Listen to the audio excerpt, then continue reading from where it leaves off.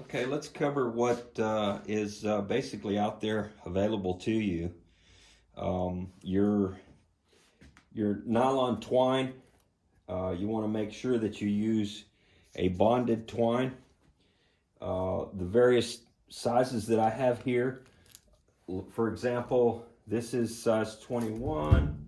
Let's see, right here. This is size 18. This is size 18 as well. This nylon, see, this is size 18. Use that for your drawstrings, your braille lines, if you want to call them technically on the braille line side. I use number 4, bonded. You always want to use bonded twine, and the bonding it kind of does two things for you. You want to make sure that when you tie your knots, that the knots stay together real tight, and using the Flying Dutchman technique, it almost welds the knots together. So you want to make sure you use bonded. If you try to use a nylon that's not bonded, it's real silky, and because it's a real silky feeling, it doesn't want to tie real well. It'll tie, but if you have to pull that net down and ball it up before it's been properly dipped, it can be a problem because your knots will want to come loose. Anyway, so your nylon needs to be bonded. You can buy, number 4 is what I use for making my nets. Number 18 is what I use for my braille lines and securing the thimble at the top. I'm going to cover all the components in the cast net in a little while, so that way you can relate what you're looking at to the net itself. Okay, you're going to need something to cut your nylon. Okay, so a good knife, nice and sharp. You can use scissors, you can use fingernail clippers if you like. For the miniature nets, what I use is it's bonded nylon, and it's you can buy this at Walmart. It's T26. See, I don't see it. It's T26 nylon, and that's used in the miniatures. But what I'll do is I'll get into that a little later. But this is the two colors that I used. The one that's green over there has been dipped the way that all handmade cast nets should be dipped. Anyway, you're going to need a swivel for the top on your braille lines. You're going to need a thimble. I use nylon, or I use brass thimbles. These are actual thimbles. They're used in the sailing community. You can usually at any sailboat supplies, stuff like that. You can get them in various sizes. Normally I use a 3/4 inch, which is the measurement in the inside here. The measurement inside here, that's nylon and brass. These are brass. This is what I use. It's a 1/4 inch for the 1/3 scale cast nets. Swivels, this is a swivel. This is an old swivel. You can't find these swivels anymore. This came off one of those nets that I showed earlier that was made in the 60s. They were still available in the 70s because this is what we used to use whenever we made our cast nets when I was young. But you have to have swivels. This is a miniature swivel that matches the swivels that I use now, which are 304 stainless. And you want to make sure that your swivel won't go through your thimble. This one will, so you wouldn't want to use it there. You'd use this in like a 5/8. Now the 5/8 I'll use on a 3-foot net. Your common net sizes are, for handmade nets, are your 3-foot, 3.5, 4, 4.5, 5, and 6-foot nets, depending on where you're going to use them and how you're going to use them. Your gauge. Now, there's a lot of controversy as far as what's a good gauge. Well, a good gauge is what you find easiest to use.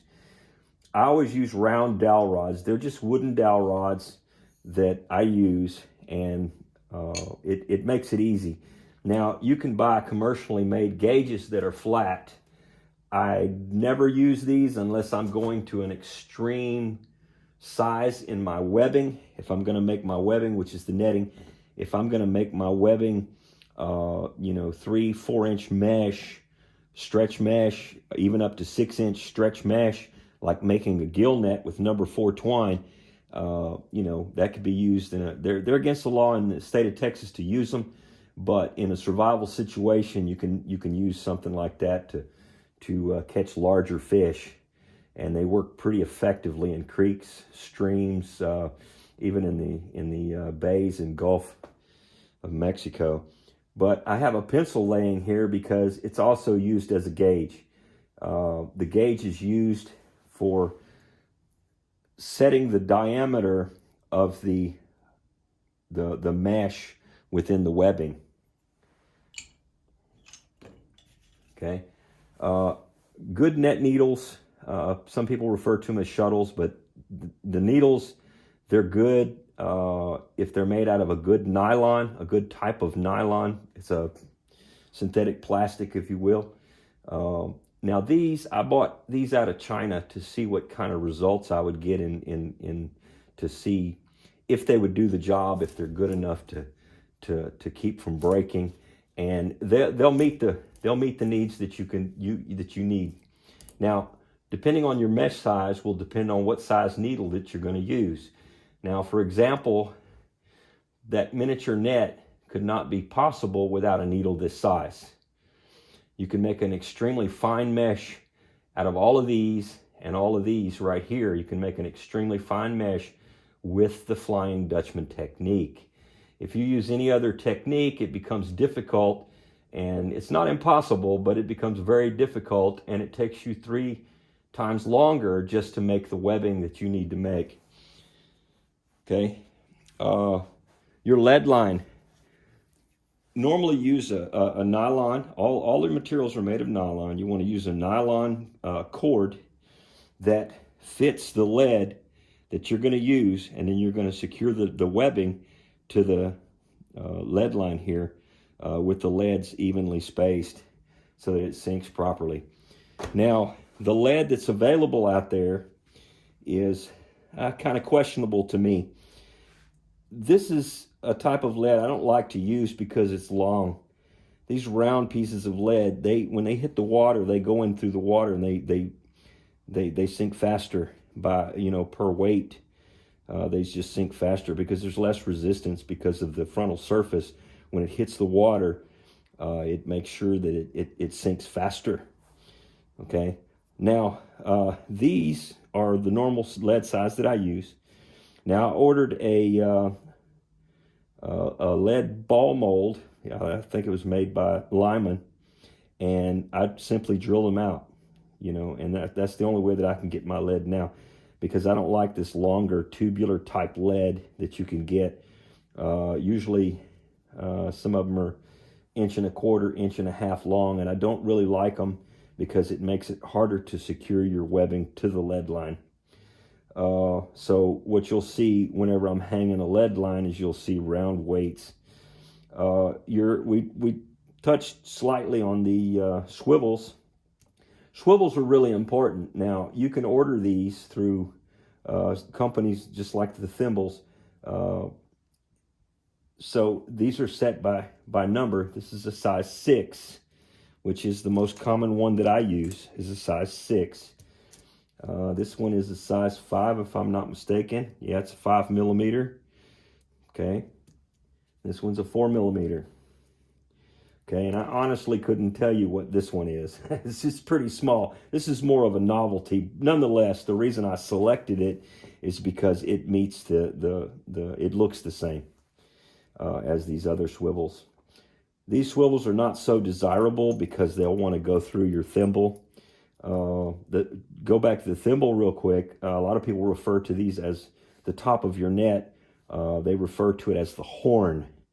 Well, the reason it was called a horn back so many years ago is because they would turn it out of actual horn from a cow or some type of horned animal, and they would actually use that as the top where the drawstrings travel through, or your braille lines travel through. Now, these swivels are usually used on commercial made cast nets, the monofilament type nets. Even some of the older factory made nylon nets use these. Now, if these are exposed to salt water for any length of time, they'll corrode really, really bad. The coating will come off. It's like a pot metal, so they're not real desirable. If you have nothing else that you can get, if you can't find these better swivels, then this will work. The only problem is it wants to travel inside here. It wants to go inside there, and you'll find that to be more of a hassle than anything else. Okay, this line, it doesn't need to be real tight on your lead, because whenever you secure it when you secure your webbing to the line, to the lead line, it'll tie it and hold that in place, and I'm going to show you how to do that. Now your throw rope is the rope that you're going to attach to your swivel, and that way you can throw the net out and you can draw the net back in. So pretty much you can use whatever you want to use for that. Any kind of you can use line like this. I would prefer using a heavier line than this, but this is sufficient. Some of my other nets, they've got heavier polypropylene line that are on them. Now, UV light will destroy these in a short period of time. I'm going to go ahead and cover how to use this line, how to attach it, so it'll work out really well. Something you might have noticed here that I hadn't mentioned is these chrome-plated pieces of brass tubing. Now, these are old antennas. This one here I've had since I was in high school, and I use it, and I've made a lot of nets with that. And that's the diameter that I like to use when I'm making a net, because for salt water in the Gulf Coast area, in the estuaries and the bays, there's a lot of really small mullet you would use, that you would catch, that you would use them live. Well, you're going to have a really fine mesh in your net in order to catch those mullet. Otherwise, they're going to go right out.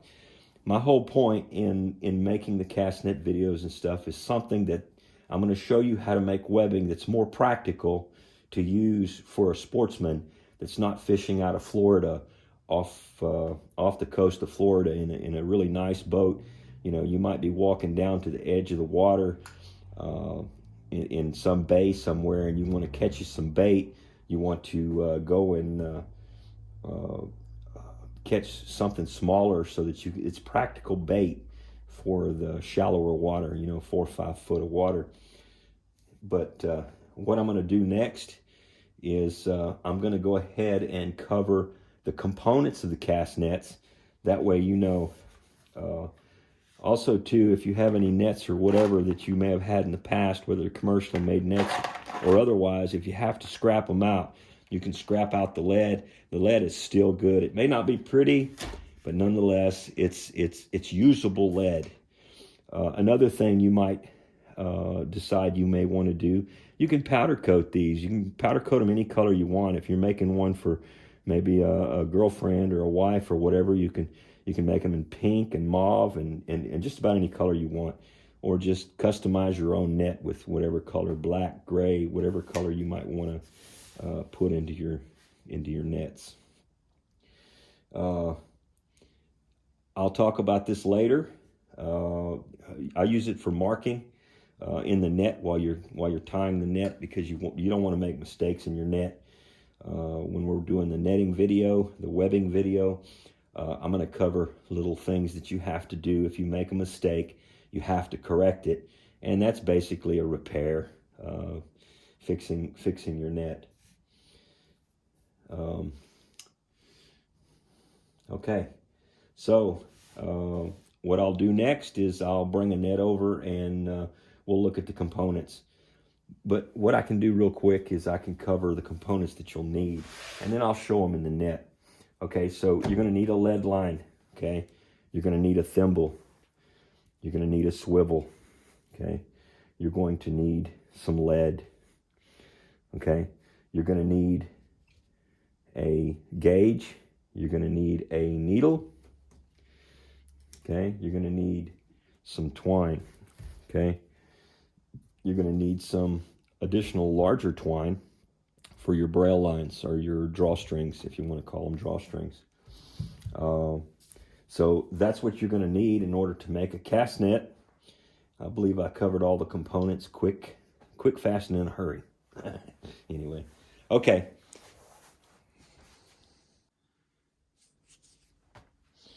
Okay, let's cover the components of the cast net real quick. We just covered them on the other end of the components video, if you will.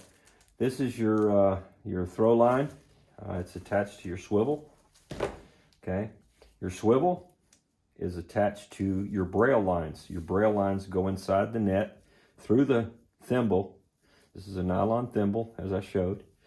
It goes through the net. Okay, and these actually attach to the lead line.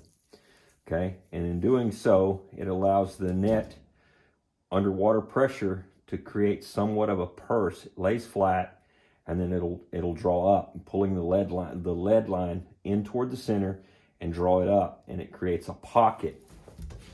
Okay, this is your webbing.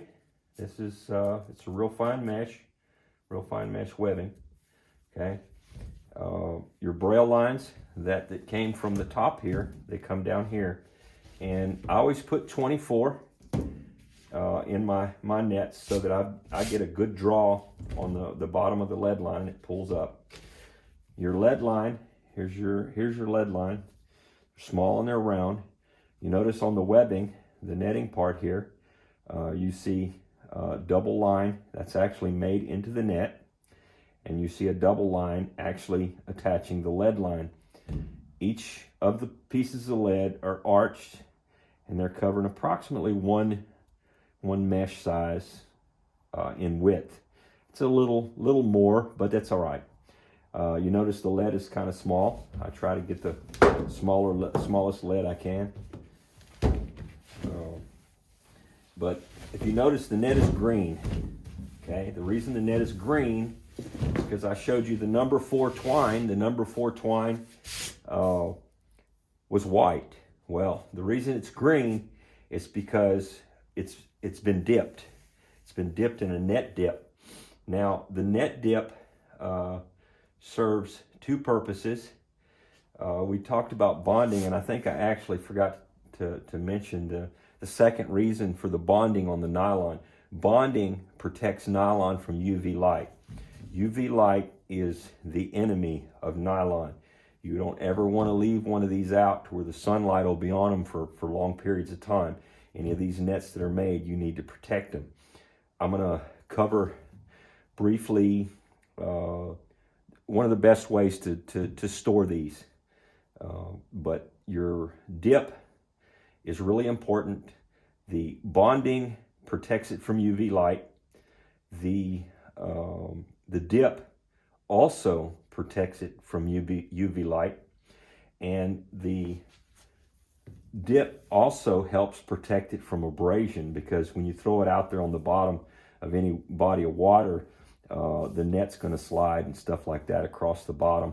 The bottom section is going to slide across the bottom, and it'll start to wear. And the dipping material, the net dip itself, adds that extra protection. It's like it's actually better than the insurance that you pay on your car. Reason being is because you're always collecting here on what you paid for in the construction of your net. Now, this is dip. I had never used this before, but if you notice that miniature net, that little 1/3 scale net, it's based on 1/3 of a 4-foot net. So the net's actually 16 inches. But I use this. It's actually net dip, and it's got that almost a brilliant green color. I don't really like the color, but I do like what it does for my net.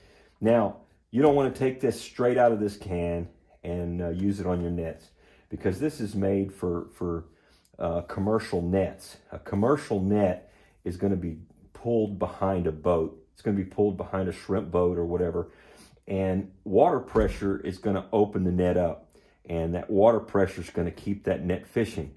Well, when you throw a cast net, you only have a little bit of water pressure. When it spins like a sort of like a frisbee, when you throw it, the lead weights are going to open the net up. Well, that's not enough pressure to overcome straight dip. So what I do is I cut it 50-50 with acetone. 50-50 with acetone gives me a dip that is still pliable, but it still provides protection. The second thing that the dip does for the webbing is it goes ahead and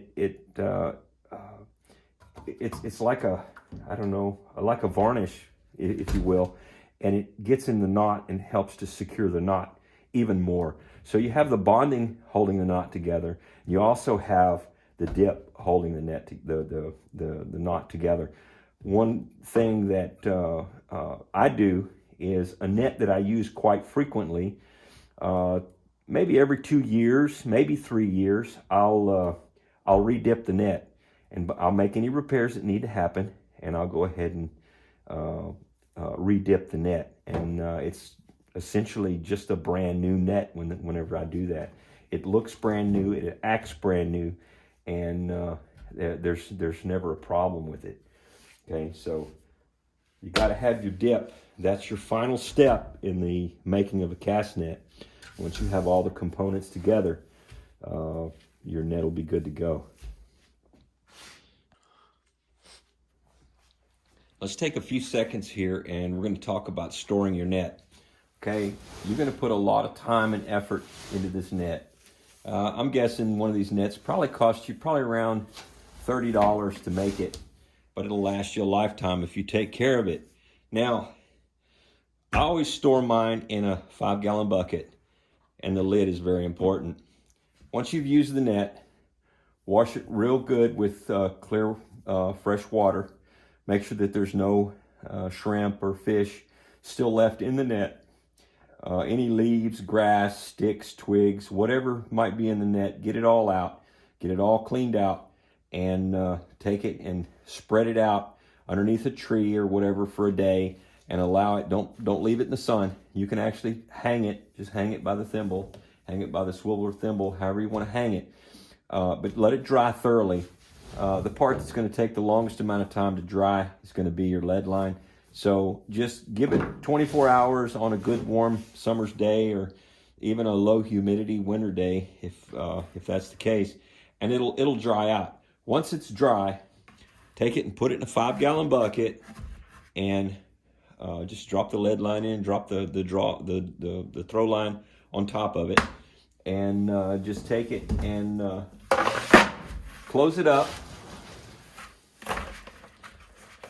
and put the lid on it. Press the lid down, push it down. And you may wonder why I'm saying that you want to store them this way. Well, a mouse or a rat or whatever may decide to get inside the bucket if you don't have a lid on it, and they'll make a nest in there. And when they make a nest, it's not a beautiful thing. Let me show you. This is one of the nets that I made when I was in school, and if you notice, we have some different colors here. Well, this has been dipped. It's been dipped so many times that the dip has built up. Okay, it's kind of stiff, but it works perfectly fine. It's very abrasion resistant because of that dip. This is a dip that they use on shrimp nets. Same thing, same as this. Now, this is where I had to patch it. I had to patch the net because the rat went through and absolutely just destroyed the net. Now, the only reason that I went through all the trouble to repair this net is because I made it in school. So it was important to me. And what happened was I put it in my shed, and I put it in a 5-gallon bucket as I advised you to do. And